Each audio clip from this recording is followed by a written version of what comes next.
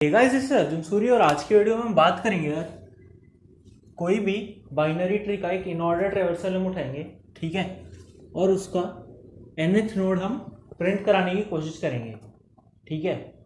मतलब कि यार कोई एक बाइनरी ट्री हमारे पास ऐसे कोई ट्री चल रहा होगा, ठीक है। अब इसका एक इनऑर्डर ट्रेवर्सल होगा। इनऑर्डर ट्रेवर्सल कैसे होगा? सबसे पहले ये फिर ये, ठीक है। अब इसमें हम क्या करेंगे, हम बोल रहे हैं कि यार nth नोड, मतलब मैंने बोला कि सेकंड नंबर का नोड आप रिटर्न करा दो या प्रिंट करा दो, मतलब कि ये, ठीक है। तो ये आप प्रिंट करा दो तो उसका डेटा प्रिंट करा देंगे हम। मैंने बोला फिफ्थ का करा दो तो फिफ्थ का करा देंगे, ठीक है। तो बहुत ही ये, अगर आप सोचोगे तो इसकी स्ट्रेट फॉरवर्ड एल्गोरिदम लग रही है, ठीक है। तो इसमें हम क्या करेंगे, इसमें हमें कुछ नहीं करना है यार।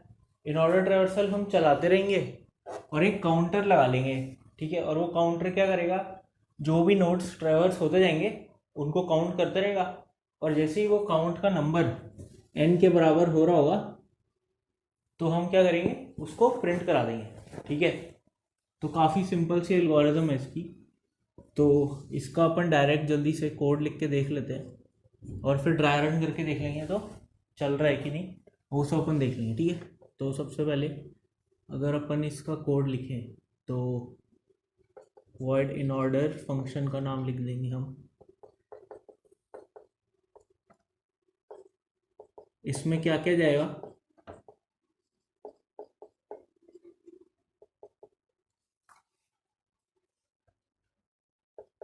एक तो हमारे पास रूट आ रहा होगा, दूसरा क्या आ रहा होगा, दूसरा हमारे पास n, जो n वैल्यू है वो आएगी, ठीक है।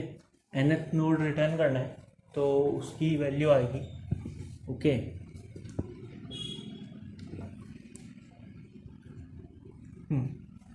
तो अब इसमें क्या करेंगे हम, सबसे पहले यार इन ऑर्डर ट्रेवर्सल के जो बेसिक है वो लिखेंगे, ठीक है। तो अगर रूट इसका नल है तो यहीं से ही रिटर्न करवा दो, ठीक है।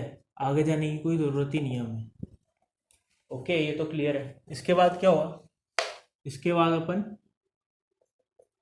इन ऑर्डर में क्या होता है, सबसे पहले लेफ्ट सब ट्री, फिर बी आपका रूट वाला, और फिर राइट सब ट्री, ओके। तो लेफ्ट वाले के लिए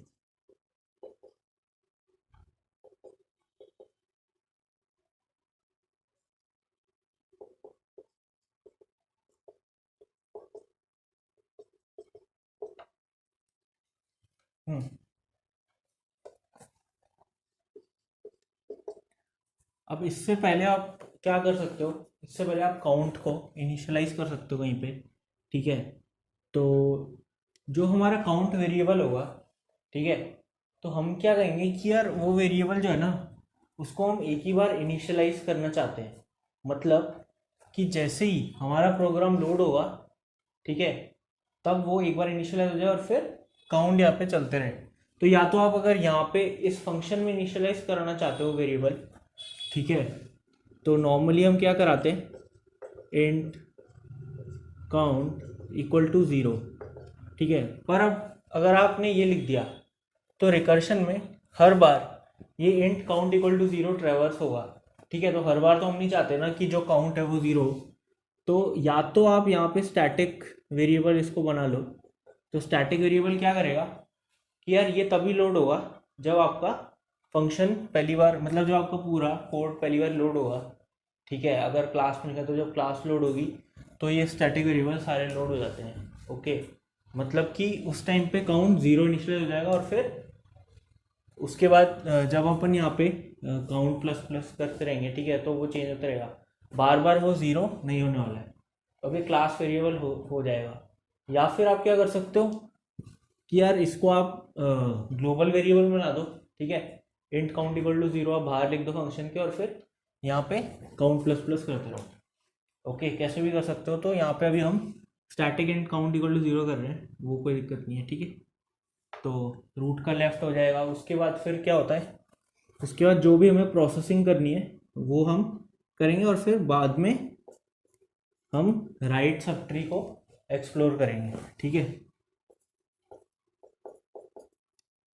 तो पहले हम राइट का लिख लेते हैं, रूट का राइट n, ठीक है, ये हो गया। इसके बाद फिर अब बीच में क्या होगा,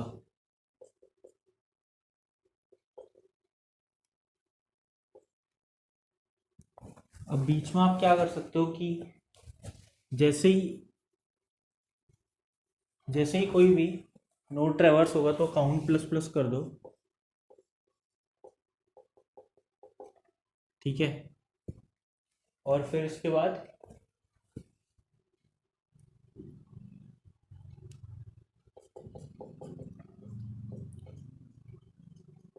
if count equal to n हो रहा होगा, ठीक है, तब क्या करो आप, तब फिर आप प्रिंट करा सकते हो। तो सी आउट करा देंगे हम, क्या सी आउट करा देंगे हम जो भी हमारा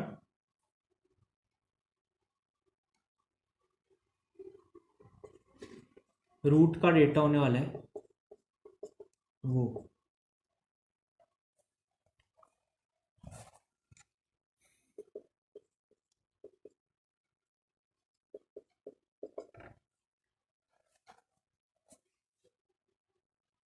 ठीक है। तो आप इसको यार एक बार ड्राई रन करके देख लेते हैं कि जो हमने लिखा है वो सही है क्या। ओके, तो सपोज करो कि कोई एक ट्री खाली है, तो उस केस में तो यहाँ से रिटर्न नॉर्मली जा रहा है। और सपोज करो कि खाली एक ही नोड का ट्री है, ठीक है, और मैंने बोला कि आप वन, हाँ, इसमें एक चीज़ मिस हो गई है हमसे, वो मैं बताता हूँ क्या है। वो इसको ऑप्टिमाइज़ करने का तरीका है एक, तो वो अपन देख लेते हैं, वो ज़्यादा इशू नहीं है उसमें कुछ, ठीक है। तो अब एक नोड है अपने पास, ओके। तो अब जब एक नोड है, मैंने बोला कि n की वैल्यू भी क्या है, 1। तो अब एक नोड है तो यहाँ पे गया 1,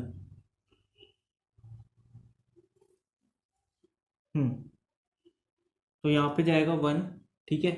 तो रूट के लेफ्ट में जाएगा तो root equal to null return हो जाएगा, काउंट प्लस प्लस हो जाएगा, काउंट की वैल्यू अभी हुई 1।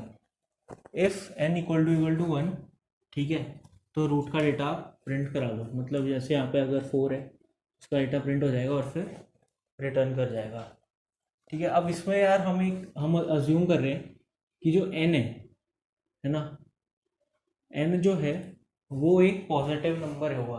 पॉजिटिव मतलब वो ज़ीरो से बड़ा होना चाहिए, n ग्रेटर देन ज़ीरो तो होगा ही होगा। हम ये अज्यूम करके चल रहे हैं कि भाई n 1 होगा या 2 होगा या 3 होगा। और n जो है वो टोटल नंबर ऑफ नोड से कम होगा, मतलब हम ऐसा नहीं कह रहे कि भाई 1 2 4, हम ऐसा नहीं कह रहे कि यार ट्री तो दे दिया हमने 3 का और n की वैल्यू हमने दे दी क्या, 4, ठीक है। तो उस केस में तो हम ढूंढ नहीं पाएंगे। तो अगर सपोज करो क्वेश्चन में ऐसा दें कि यार n की वैल्यू कुछ भी हो सकती है, ठीक है, आपके नंबर ऑफ नोड से भी ज़्यादा हो सकती है, तो आप ऊपर एक चेक लगा सकते हो यार कि if n is greater than your number of nodes, ठीक है, मतलब आपको नोड्स काउंट करने के लिए एक अलग से फंक्शन बनाना पड़ेगा, ठीक है। तो आप वहाँ पे लिख सकते हो कि अगर n greater than count number of nodes है तो फिर वहीं से रिटर्न कर जाओ, आगे जाना ही नहीं है, क्योंकि वो इनवैलिड सिनेरियो है। तो हम बोल रहे हैं कि n जो है वो 0 से बड़ा है और छोटा है किससे, काउंट ऑफ नोड से, ठीक है। तो अब सपोज करो कि यही ले लेते हैं 3 का, अगर हमारे पास ट्रे आया, मैंने बोला कि 3 थर्ड नोड की वैल्यू निकाल के दे दो। तो थर्ड नोड में कैसे जाएंगे हम, तो थर्ड नोड में कैसे होगा, सबसे पहले यहाँ पे रूट पॉइंट कर रहा है, ठीक है, काउंट इक्वल टू 0 होगा, रूट के लेफ्ट में जाएगा तो यहाँ पे गया और रिटर्न 0, नहीं अभी नहीं होगा, यहाँ रूट का लेफ्ट आया, उसके बाद रूट के लेफ्ट में फिर से जाएंगे, वापस यहाँ जाएंगे, ठीक है, तो उसके बाद फिर रिटर्न हो जाएगा यहाँ से। तो बेसिकली यहाँ पे काउंट 1 हो जाएगा और काउंट इक्वल टू n अभी है नहीं, ठीक है। तो यहाँ से 1 जाएगा और यहाँ से फिर 2 काउंट हो रहा होगा और यहाँ पे 3 आ रहा होगा। तो जैसे यहाँ 3 आएगा तो रूट का डेटा हम प्रिंट करा देंगे और फिर रिटर्न कर जाएंगे इस फंक्शन से। ओके, तो इस पे ये चल गया। इसके अलावा 2 वाले में भी चल जाएगा, प्रोवाइडेड कि n का वैल्यू 2 से बड़ा नहीं होना चाहिए, ठीक है, और पॉजिटिव होना चाहिए। अब एक चीज़ और हम इसमें कर सकते हैं ऐड, वो क्या है कि यार मैं बोल सकता हूँ कि सपोज करो कोई एक बड़ा सा ट्री है, 4 1 2 3 5 7 8 9, कोई बड़ा सा ट्री है अपने पास, ठीक है। अब इस ट्री में मैंने बोला कि यार मेरे को सेकेंड नोड ही चाहिए। सेकेंड नोड चाहिए मतलब मेरे को ये वाला चाहिए, ठीक है। तो अब क्या मैं बोल सकता हूँ कि यार जैसे ये काउंट की वैल्यू 2 हो जाए, ठीक है, और यहाँ पे हमने प्रिंट करा दिया, तो इसके बाद बाकी इन रिकर्शन में जाने का कोई मतलब ही नहीं है। क्यों? क्योंकि यार जब काउंट की वैल्यू 2 हो गई है, हमने ये प्रिंट करा दिया है, ठीक है, तो बेसिकली इस फंक्शन का जो काम था वो हो चुका है। तो अब आगे रिकर्शन में जाने की कोई ज़रूरत है नहीं हमें, ठीक है। तो हम क्या कर सकते हैं यार, हम यहाँ पे इस पूरे रिकर्शन में मतलब ऐसा एक चेक लगा सकते हैं कि यार जो काउंट है, काउंट अभी हमने 0 इनिशियलाइज किया था ना, तो काउंट की वैल्यू छोटी और बराबर हो किससे? n से। भाई काउंट की वैल्यू अगर बड़ी हो गई n से, ठीक है, तब तो इस पूरे रिकर्शन में जाने का कोई मतलब ही नहीं है।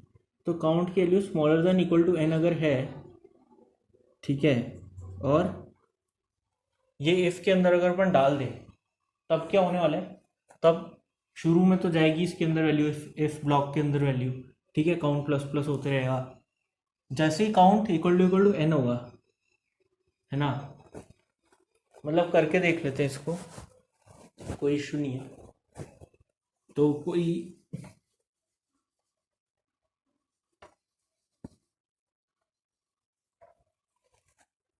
एक छोटा सा ट्री लेके देख लेते हैं यार, 4 और 5, ये ट्री लेके देख लेते हैं, ठीक है। तो 4 और 5 है अपने पास, इन 10 रूट इक्वल टू नल और रिटर्न। तो अभी काउंट क्या है? 0। अभी काउंट क्या है? 0, ठीक है। अब देखो, if count is smaller than equal to n, तो n की वैल्यू क्या है? हम 2 ले लेते हैं, ठीक है।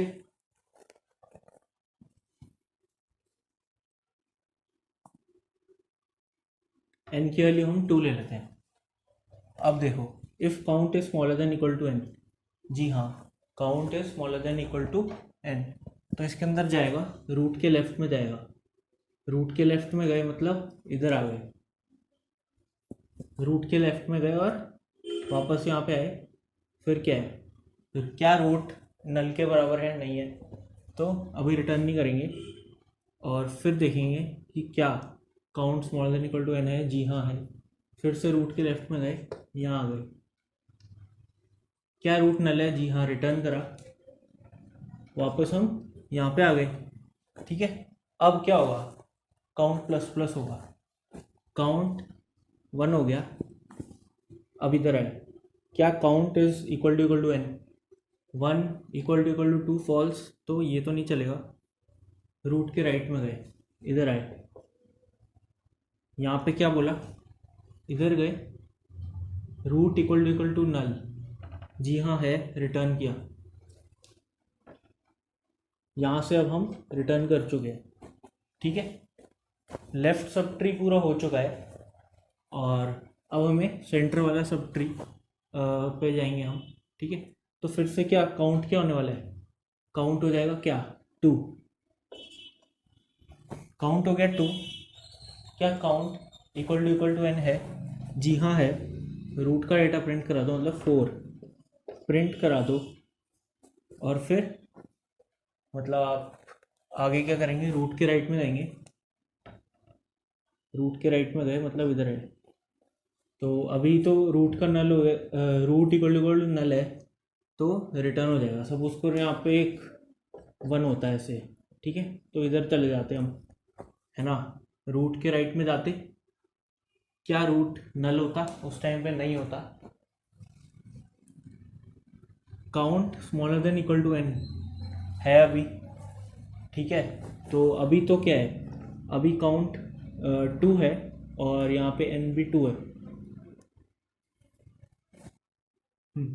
अभी काउंट 2 है और यहाँ पे n 2 है, तो ये ट्रू हो जाता, ठीक है। उसके बाद फिर रूट के लेफ्ट में जाते, तो अब यहाँ पे इस चेक में count smaller than equal to n रखेंगे ना हम, तो भी बात बन जाएगी। इक्वल टू में भी अंदर आने की ज़रूरत नहीं है, क्योंकि जब इक्वल टू होगा तो पहले ये चल जाएगा, ठीक है, जैसा अभी हमने देखा। तो जैसे इक्वल टू ये चल गया, ठीक है, तो उसके बाद तो फिर हमें आगे कुछ करने की ज़रूरत नहीं है। तो इसको अगर हम स्मॉलर देन n रखेंगे तब भी अपनी बात बन जानी चाहिए, ठीक है। तो ये एक यार छोटा सा क्वेश्चन डिस्कस करना था, ठीक है, इसमें कुछ नहीं करना था यार, बस आपको इन ऑर्डर ट्रेवर्सल चलाना था और एक काउंट लगा लो जो कि काउंट करते रहेगा, और जैसे ही वो काउंट n के बराबर होगा और डेटा प्रिंट करा दो, ठीक है।